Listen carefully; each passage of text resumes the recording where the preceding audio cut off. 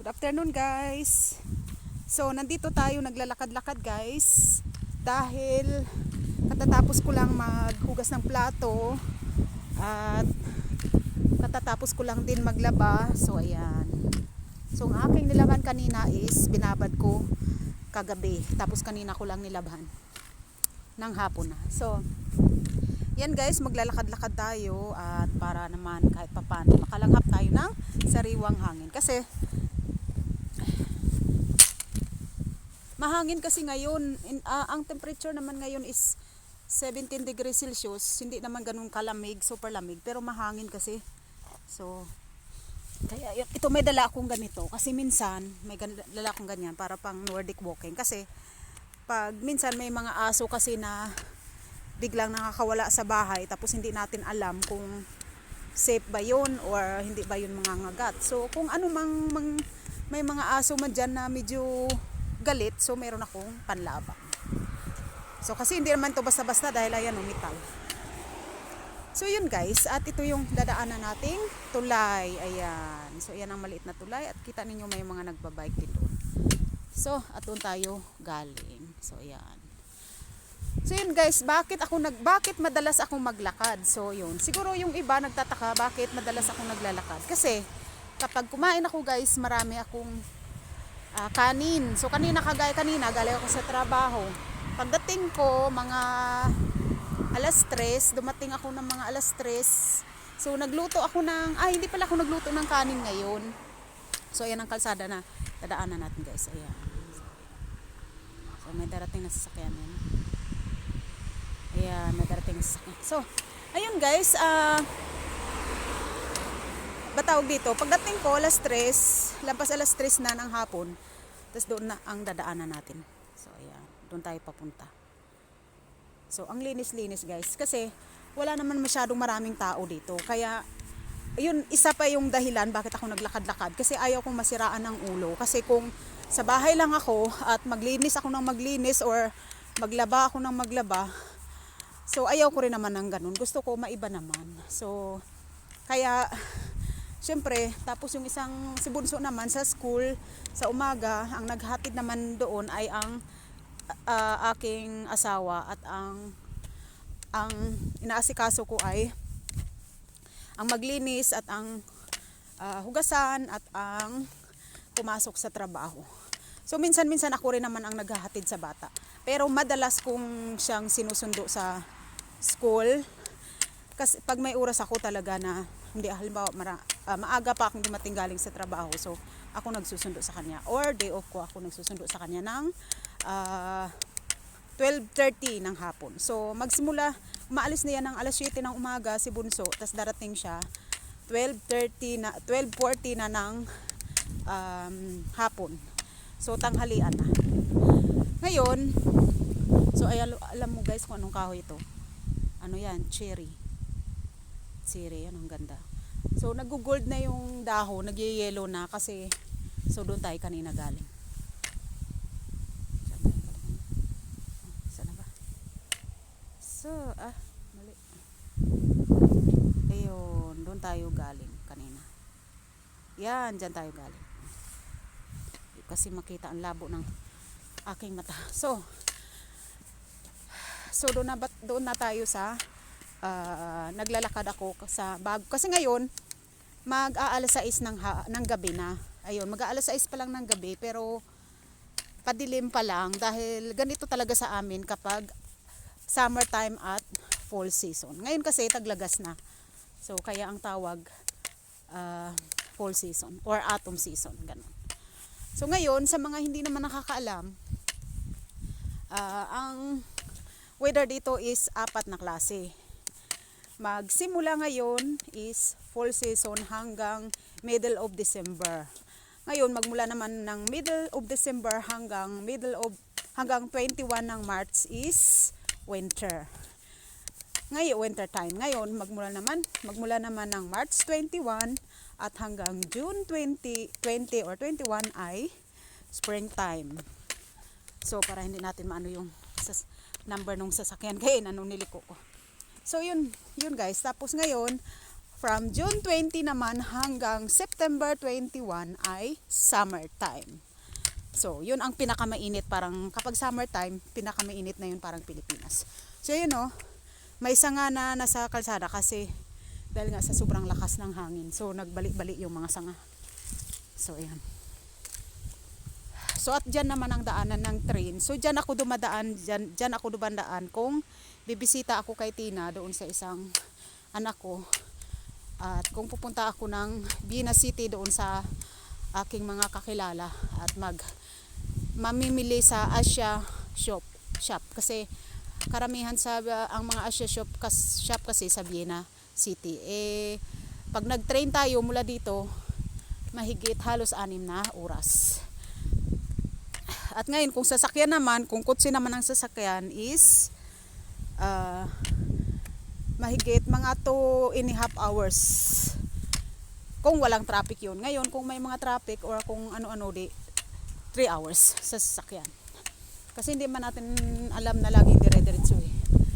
So ayan, dito nakadaan na dito sila nanay, nakapasyal na dito kami dati na mamasyal-masyal nung maliit pa si Bunso.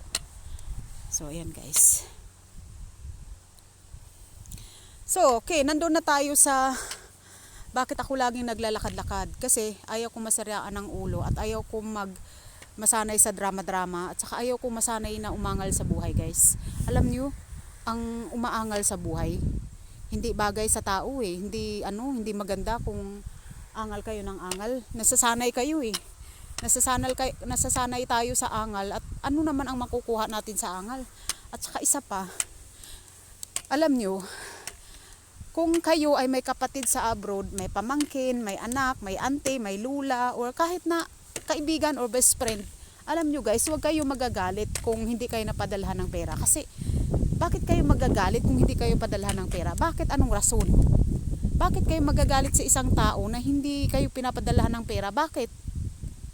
Alam mo, ang problema ninyo, hindi naman yan problema ng anak ninyo or ng kaibigan ninyo or best friend ninyo. Hindi naman nila yan problema kasi alam nyo guys, kami dito sa abroad, lalo na ako, 20 years na mahigit akong nag-aalalay sa mga pamilya ko. Kaya matagal na ako sinasabi ka kay nanay, 10 years ago, nasabi ko na hindi habang buhay natutulong ako dahil mayroon akong sariling pamilya at yan talaga ang buhay. Ang buhay ng tao, kanya-kanyang sikap yan. Hindi mo yan pwedeng isisi at hindi mo yan pwedeng iasa doon sa kapatid mo or sa anak mo or kahit sino man ng mga dyan, may sa abroad. Kasi ang problema kasi, yung ibang mga Pilipina naman, sa totoo lang, kasalanan din talaga nila. Kasi, ang gagawin nila, magduble-duble sila ng trabaho dito at 4 ang trabaho nila or 3, ang ginagawa nila, alas 5 pa lang gising na sila kasi papasok sila doon sa 8 hours nilang trabaho. After nun, magsa-sideline na naman sila. Ngayon, kapag may sakit na sila, nagkakasakit na sila dahil ang tulog lang nila is 4 na oras, 5 oras, ay natural naman talagang magkakasakit kayo sa ganyan. So ayan guys, sunset. Wow, ang sunset. Oh, ayan. Sunset. Hello, sunset. Yan guys, ang ating sunset na saksihan natin ang sunset. So wala lang kasi dito ayan puno ng mais. Kita nyo yun, malaki natin. Ay hindi malaki yan eh. Kasi yung tractor yun puno ng mais. Hindi malaki yan eh. Ayan, puno ng mais karga mais. So ngayon, may kasalanan naman kasi ng ibang Pilipina or Pilipino. Kasi alam nyo, sinasanay ninyo ang kamag-anak ninyo na magpadala kayo ng pera. Okay lang kung ang trabaho ninyo, doktor or manager sa bangko or may sarili kayong business, yun lang ang okay. Pero kung naglilinis kayo or nagsa-sideline kayo ng 3 trabaho para lang magpakapagod kayo, yan ang kasalanan din ninyo. So akala tuloy ng iba, namumulot kayo ng pera. So yun ang mali din ng iba. At saka marami akong kakilala guys na talagang inaamin nila na mali nila dahil nung bago pa lang sila dito, padala agad. Tapos meron na naman akong kakilala ngayon, bago pa lang siyang dating, wala pa 1 taon sa dito sa abroad. Diyos ko, nag-text siya nung nakaraan, sabi niya, magpadala ako sa Pilipinas, sabi niya ganun. Meron daw siyang inipon-ipon na 30 euro. Tapos sabi niya, 30 euro lang ipadala ko kasi inipon-ipon ko yun, puro barya. Sabi niya, wala bang problema. Kasi ang ginagawa ko, binibigay niya sa akin yung pera, tapos ako na nagpapadala kasi wala pa siyang yung app na pinapadalhan ko. So wala pa siya noon kasi dapat talaga ituturo ko sa kanya yun. Kaya lang hindi pa kami nagkikita dahil yun nga, busy nga din ako at busy din siya. So wala pa siyang trabaho ngayon pero hatid sundo yung anak niya sa school dahil 6 na taon pa lang. Taga Samar siya eh. So ngayon ang 30 euro na yun siguro bigay-bigay yun ng mga mother-in-law niya or asawa niya. Inipon-ipon niya yung 30 euro. Eh kung ipadala mo sa Pilipinas yun 1,400, depende sa palit, mga 1,300 ganun ang 30 euro. Diyos ko, wala siyang trabaho, ipapadala niya. Sabi ko sa ano ko lang, sa isip ko lang, wala pa siyang trabaho, nagpapadala na siya sa kanila. Hindi ano na lang isipin ng kamag-anak niya. Pero hindi na ako nag-text, hindi ko siya sinabihan na kung ano-ano. Basta sabi ko, sige, okay. Kasi kasi kapag sinabihan ko siya, baka isipin niya nakikialam ako dahil alam nyo ganyan din ako noong bago ako dito. Imbis na ibili ko ng damit, sira na yung sapatos ko, sira pati yung jacket ko, hindi ako bumibili. Kasi mas inuuna ko yung mga kapatid ko sa Pilipinas para sa kanilang pag-aaral. So ngayon ang nangyayari, akala tuloy nila habang buhay tayong ganun. Alam nyo, dapat kayo din mismo, dapat magparamdam kayo, dapat makiramdam din kayo mismo sa sarili ninyo na isipin nyo, ay ano kaya ang buhay ni ate? Ay ano kaya buhay ni mama sa abroad? Ay ano kaya? Dapat kayo mismo, tanungin nyo, kayo talaga mismo magtanong, mag-chat ninyo ng mabuti at hindi lang pera ang hingiin nyo. Dapat sinasabi ninyo, sabihin nyo, o ma, kamusta kayo dyan? May pagod ka ba galing sa trabaho? O ma, nakabayad ka na ba ng upa? Uma, nakabayad ka na ba ng nakabili ka na ba ng ticket para bukas kasi papasok ka ng trabaho? Uma, nakabayad ka na ba ng kuryente? Nakabayad ka na ba ng internet bills? Ay Diyos ko, Maria. So ayun ang sinasabi ko. Wag ang intro nyo agad pera. Hi, kumusta? Te, pahingi naman na pera dyan. Diyos ko, grabe, nakakainit ng ulo. Maniwala kayo. Diyos ko. Ang sa akin lang kasi 20 years na ako mahigit biro mo. Ngayon pag nakakaano ako ng ganyan, pagod ka pa naman sa trabaho tapos pinagalitan ka pa sa trabaho dahil hindi maayos yung trabaho mo. Tapos masungit pa yung kasamahan mo dahil nagkamali ka lang ng kunti, susungitan ka tapos bigla kang hihingian ng pera. Oh my God, Diyos ko. Ay nako. Alam nyo guys, kaming mga nasa abroad hindi kami nagagalit. Kaya lang dapat makiramdam kayo. Kumbaga mag-isip-isip kayo bago kayo ng message, magpadala ng message. Kumusta? Okay yung ganun, kumusta? Pero biruin mo ikaw maghingi ka ng pera. Tapos yung ibang kapatid naman, maya ang ibang kapatid mag-text pa, utang naman ng pera. Oh my God, Diyos ko. Yung kapiranggot kong sweldo kulang pa nga pambayad ng upa. Tapos mamamalingki pa ako halos every other day, namamalingki ako. Kaya nga ang usapan namin itong isa, yung asawa ko, sabi ko sa kanya, para hindi kami nag-aaway, sabi ko, bahala ka, bumili ka ng gusto mong kainin at ako bibili ako ng gusto kong ipamalingki kung anong gusto kong kainin. Kasi ako guys, ang pagkain ko lang talaga ay napakasimple lang. Madalas lang talaga ako nagisa-gisa ng gulay. May paksiw akong isda, okay na sa akin yun. Kagaya kahapon ang ginawa ko, kanina pala, talong. Ang ginawa ko, nung galing ako sa trabaho, mga lampas alas 3 na, yung malamig na kanin, yun ang ginawa kong siguro wala pa nga isang basong kanin yung natira hapon. Tapos ginawa ko, meron kaming talong isa doon, siya naman ang bumili noon, thanks God naman, salamat sa Diyos at siya ang gumastos noon kasi siya nga naman ang namalingki. So yun talong ang ginawa ko, kasi kailangan talagang lutuin ngayon kasi pag hindi niluto, masisira. So ang ginawa ko, ginisa ko yung talong sa sibuyas at kamatis, hiniwa-hiwa ko ng maliliit, tapos nilagyan ko ng tuna, yung tuna na debote, na dilata, yun yung tuna na yun, para siyempre lumasa naman. Tapos, nilagyan ko ng kunting pitsay kasi meron akong pitsay na tanim sa labas. At, yung isang brain easel na ang tawag dyan, parang spinat dito na napaka-healthy daw niyan. So para siyang spinat, yun ang ginagawa ko siyang spinat. Kasi kapag bumili pa ako ng spinat, 3 euro na naman yun So ba't pa ako gagastos kung meron naman kami sa labas ng bahay na pwede namang gulay. So mamaya pakita ko sa inyo yung sinasabi kong gulay. So yun lang guys, kumbaga, alam mo ako kasi yung tao na kapag may sobra akong pera, nagtatabi ako ng konti. Kasi kagaya nung last month, yung isa kong lalaki sabi niya, mama, pautang naman muna kasi matagal pa yung sweldo. So kasi kinapos siguro, so pinautang ko. Aba maya yung isa din naman, Diyos ko, nag-text rin, sabi niya, baka pwede naman pautang muna kasi ibabalik ko na lang ganun. Diyos ko, sabi ko, ay nako. Kaya alam nyo guys, minsan nakapag-isip ako, sabi ko, buti na lang may trabaho ako. Buti na lang talaga, sabi ko, napakaswerte talaga na kahit papano meron akong sariling sweldo. Kasi sabi ko sa isip-isip ko lang, paano kung magsabay-sabay? Tatlo yan sila eh. Paano? Si Tina, nag-text.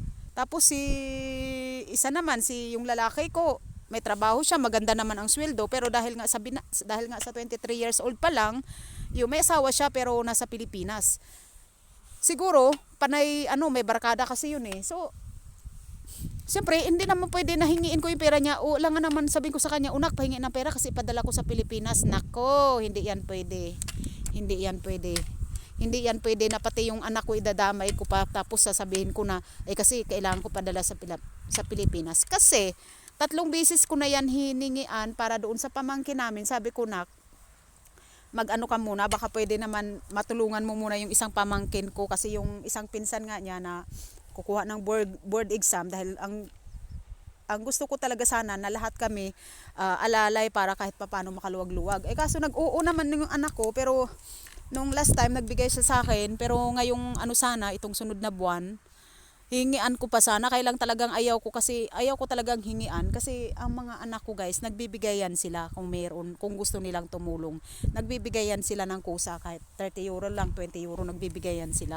Pero hindi pwedeng unahan ko kasi ako mismo 20 years na ako mahigit na tumutulong sa magulang ko at sa mga kapatid ko, umaalalay ako kung meron. Pero ngayon hindi na kasi alam nyo, hindi ako robot na habang buhay ako magtatrabaho para lang ialalay sa inyo. Yan ang dapat nyong tanungin, yan ang dapat nyong intindihin na ang kapatid ninyo hindi robot na lagi lang ninyong isipin na may pera. Dito kami sa abroad, oo, pero yung aming pera dito hindi namin pwedeng i-count yan na ibilangin na peso kasi kahit na malaki ang palit pagdating dyan ng euro, hindi naman peso ang ginagastos namin dito. Halimbawa, pag sahod ko, ibabayad ko sa upa, bayad ko sa kuryente, pamalingki ko every other day, yung pamasahe namin, kumbaga parang Pilipinas din.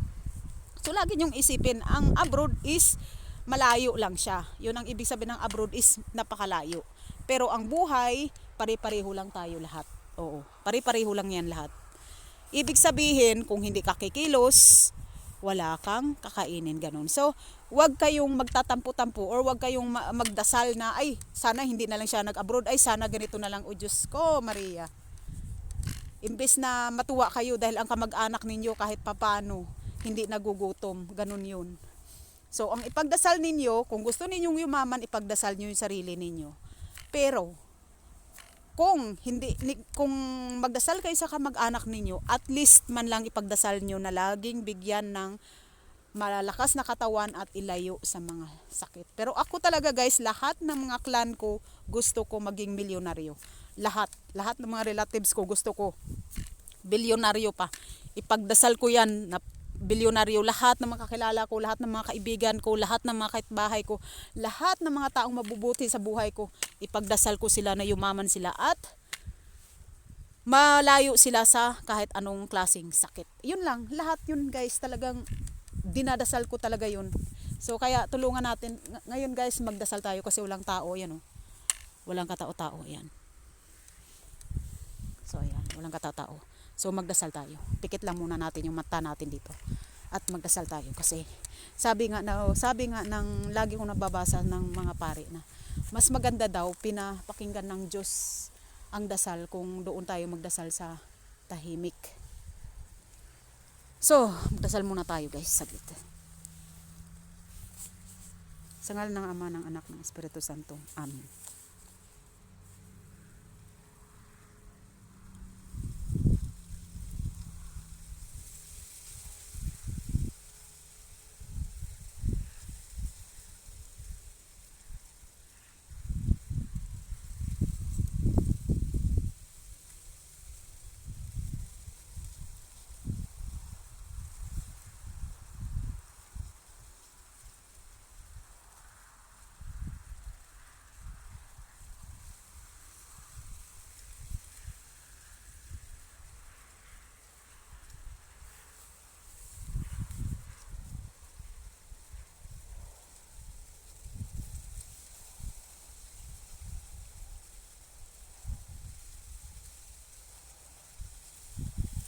So, thank you Lord.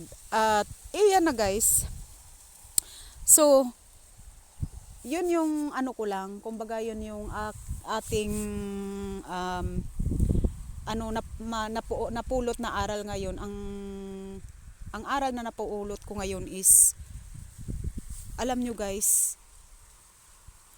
dahil kasi sa Pilipinas, ang problema kasi sa Pilipinas is ang kahirapan. Bakit?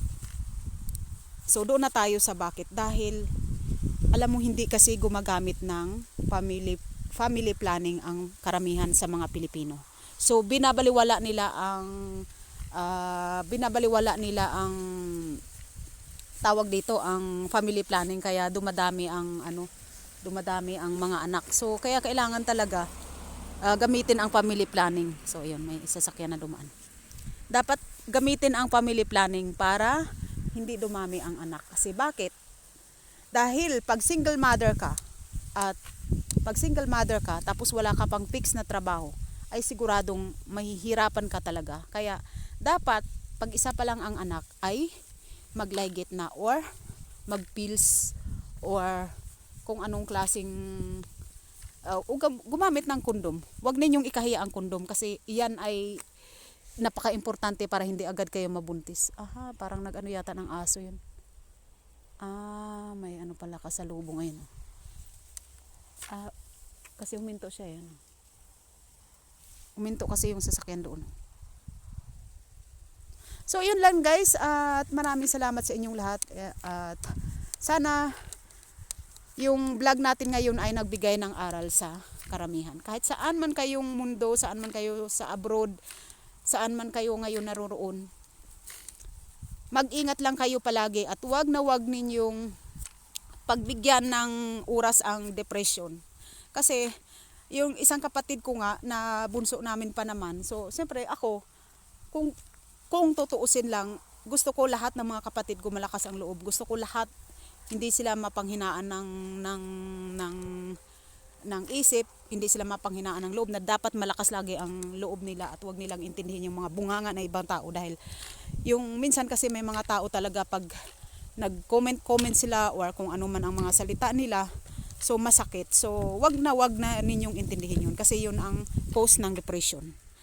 At kung ano man ang nabitawan nilang salita na masakit, wag nyong intindihin yun, para kasi sayang, iisipin mo pa yun.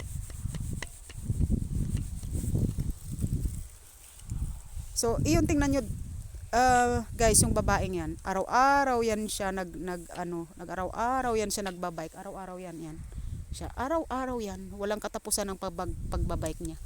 Pero tingnan mo, hindi mo, kaya lang minsan may oras na sumisigaw yan siya eh. Siguro kasi siyempre may ano rin yan, kumbaga narinig ko lang na ano daw yan dati, may asawa daw yan, kaya lang parang na ano yata, parang hiniwalay yan, so parang wala na siyang gana sa buhay. So yun, kita nyo may nagdidilig doon sa taas yan, yung lalaki. So ang ganda ng ano niya, ang ganda ng garden niya, talagang na-trim niya ng maayos. So, puro prutas yung tanim nila eh. So yun lang guys ang masasabi ko. Kahit saan man kayo ngayon sa mundo, wag na wag kayong magpadala sa depression. Ang depression is kung nag-iisip kayo kung anong ipadala nyo sa Pilipinas, nag-iisip kayo kung paano kayo makaipon ng marami guys. Alam nyo, maniwala man kayo or hindi, alam nyo, 5 taon ako guys, wala akong kapera-pera, puro utang lang. 5 taon yan. 5 taon yan, wala akong kapera-pera. Ang pera ko lang, pagkain lang, minsan kulang pa. Tapos nanghihiram ako sa mga kaibigan ko. Tapos, siyempre, kapos na kapos dahil dati may oras na wala akong trabaho. Tapos wala rin akong sideline. Diyos ko, sabi ko, ang ginawa ko, nangungutang ako sa mga kaibigan ko. Pero ang nangyayari kasi, pag nangungutang ka, hindi mababawasan yung utang mo eh, hindi lalo pang dumadami. Tapos ang masama pa, maraming nangutang sa akin, tapos hindi nagbayad. So, ang nangyayari, so, imbes na singilin ko sila, ako pa ang galit. Ako pa naniningil, ako pa tuloy ang galit. So, kaya aral itong vlog ko na kung kahit saan man kayo sa abroad, unahin nyo muna yung sarili nyo bago kayo tumulong. Kung tumulong man kayo, siguraduhin lang ninyo na maibalik sa inyong ang pera. Kasi pag hindi yan na ibalik, yan ang cause ng depression. Marami guys, ayan, apple oh. Ayan ang apple. Ayan, sa taas oh, ang daming bunga guys. Ayan ang Ang apple na daanan natin. So yan, daming bunga. So yan ang marami dito. Apple, pears, so yan, at walnuts. So yun lang guys. Wag kayong magpadala sa depression. Wag kayong, pag may kasamahan kayong masungit, wag niyong pansinin. Lagi lang mag-concentrate lang kayo sa trabaho ninyo. Kasi alam nyo, ang 8 hours lang naman na trabaho or 8 hours na trabaho, maya tapos na yan eh. Kaya siyempre may oras talaga na parang ang tagal naman ng 8 hours. Pero alam nyo guys, ang ginawa ko, concentrate lang ako sa ginagawa ko. Tinutulungan ko yung mga kasamahan ko. Tapos pag natapos na yung sarili kong trabaho, tinutulungan ko yung mga kasamahan ko. Alam nyo guys, kung lagi kayong nice sa kasamahan ninyo, mas madali ang araw matapos. Tapos mas good vibes ka pa. Tapos hindi ka nakasimangot, kundi mas maganda sa puso yung nagtutulungan. Gaano pa kahirap yan. Alam mo, ang pinasalalamatan ko talaga yung mga kasamahan ko sa McDonald's noon kasi grabe kasundo ko doon yung tatlo. Yung tatlong yun, pag magkasama kami, Diyos ko, madali yung trabaho namin. Laging malinis, laging yung mga customer kasi nagtutulungan kami. Pag nagtutulungan pala, madali ang trabaho. Pero kung nag-aasahan kayo, nagtatarayan kayo, mas lalong matagal ang trabaho matapos. So yun lang guys ang maipayo ko at sana nakapagbigay ito ng aral. At yun, katulad nga ng sinasabi ko sa inyo, kung mayroon kayong mga kamag-anak, tawagan nyo sila, kamustahin nyo at lagi nyong sabihan na mag-ingat sila at laging alagaan ang sarili at huwag nyo laging hingian ng pera. Kasi guys, kami nandito sa abroad, mas mahirap ang kalagayan namin dahil wala kaming kamag-anak dito na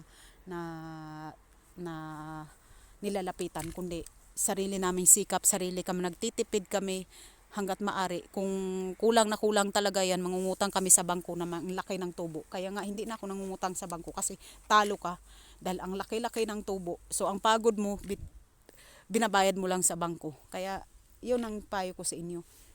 Hindi sa lahat ng panahon guys, ang kamag-anak ninyo is maraming pera dahil ang kagaya ko, ang kapiranggot na sahod ko, tinitipid-tipid ko lang din yan at inaalagaan ko yung trabaho ko kahit masama ipakiramdam ko, pumapasok ako kasi ayaw kong mawalan ako ng trabaho dahil mahirap nang walang income. Dahil sinong tutulong sa akin, sinong magbibigay sa akin, kahit asawa ko hindi yan magbibigay. Galit pa yan pag wala akong trabaho dahil sabihin niya, aasa lang ako sa kanya. Diyos ko po, Maria. May oras talaga na maluwag ako sa pera, ako pa yan nagbibigay sa kanya. Pero sinasabihan ko din, sabi ko dapat ang lalaki nagbibigay, hindi babae. Ginaganon ko kasi. Pagka alam nyo na, kailangan sinasabihan ko din siya kasi para yung pag kinikimkim ko kasi yun eh, ako lang ang sasama ng loob tapos siya lang ang magsasalita ng masakit. So hindi pwede. So yun guys, at maraming salamat. Thank you sa oras ninyo at sa inyong panonood at sa mga nagsishare ng mga video ko. Thank you guys at God bless. Sana lagi kayong gabayan ng Diyos at mas lalong i-bless kayo at dagdagan pa ang inyong pangangailangan. Kung ano man ang pangangailangan ninyo sa buhay, sana ay ibigayan ng Diyos sa inyong mga pamilya at sa inyong sarili. Thank you guys. God bless everyone.